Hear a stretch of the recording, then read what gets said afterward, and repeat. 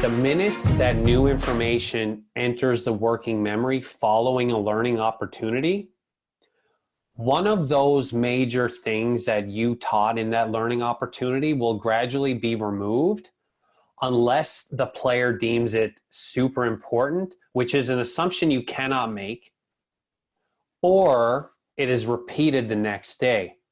And repetition is going to be key here. So consider this, as I mentioned, at most, working memory can only retain 4 major chunks of information in a learning opportunity. So for example, let's say you worked on 4 different concepts in practice or a skill session. At the conclusion of that session, a player will leave knowing 100% of whatever he knows, and that could be affected by a lot of things. Your ability to teach, your ability to capture, keep, and direct their attention, whether it was interesting to them or not, whether it was fun. It can be influenced by a lot of things. But the bigger piece here is that 24 hours after that learning opportunity, the average human being loses up to 80% of what was taught the day before.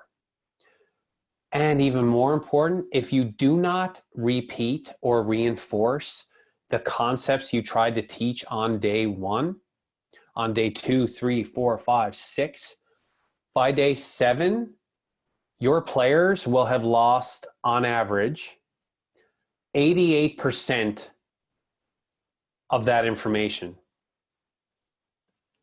So it is going to act like you never even practiced it at all.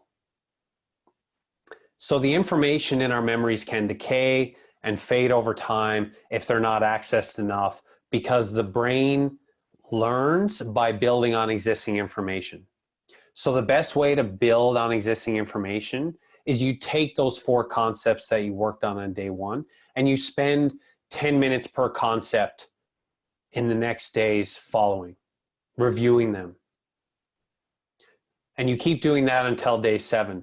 And by day 7, now you only need to review each concept for about 5 minutes. And if you keep following that continuum, by day 30, now these things just act as reminders.